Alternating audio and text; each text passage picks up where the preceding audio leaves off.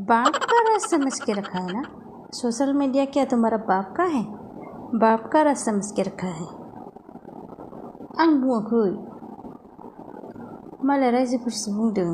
आं बेबायदि खोथाखौ मालाबाबो बुंनो गोसो जाया आरो बुंखाया आङो सयथिबोनि गोसोमबो। केमस्रि बिनानावा बुङो नकियाखौलाय मानो नांबावगौ आंनोलाय आइफन मोननानैलाय बिदि होनबा जोंहा माइक जायो पाब्लिकफ्रा गोदाव सोरावनो हा मा होनखो बेलाय बिदि जायो। ओमफ्राय जेब्ला ओमफ्राय मा होनोमोनलाय जेम्स फंबाया बुङो आरे जेब्ला आंनाव आइफन दंमोन हेला बिनि केमस्रिनि आखाइयाव नकिया बायलालासे दंमोन होननानै बुङो। ला जोंहा ओरै जानोसैलाय हा मा बुंखो लाय होननानै ओमफ्राय जोंहा कनफिउस जानानै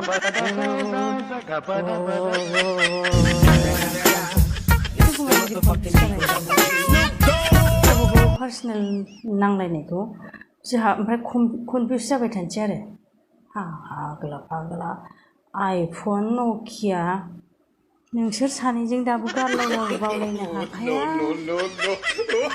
गोसोखांलायबाय थाखायो हांखो नाया जिबौ मोनदोदो होननाय बायदिखा सयथिबो नंगौना नङा पानि पानि हो गया मारै बावनो हानो फार्स्ट लाभखौ लायोना नङा होमबा first love first night okay भूल नहीं सकते ना तो लौरो मिस मिथिसो आं दिनैसो मिथिदोंलाय जेम्स फंबाय खोन्थानानैसो भिडिअ नुदों नालाय आङो माबाया मा होनोमोनलाय लावदुमा हाबा जानायसो होननानै आं मोनथिथारामोन।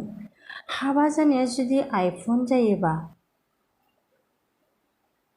गासिबो हाबा जानायसिं हौवाफ्रा माथो खर'आनो देरफ्रोजोबखागोन नंगौना नङा? नोंसोर सानैया बावलायनो हाखाया नंगौना नङा थिग खोथा बुं खोन्थाना लाग्रो बावलायनो हागोन ना हाया नोंसोरलाय बावलायनो हायैखायनोथ' नोंसोर सानैजों एरखुलायबाय थायो नंगौना नङा ओंखायनो सानैजों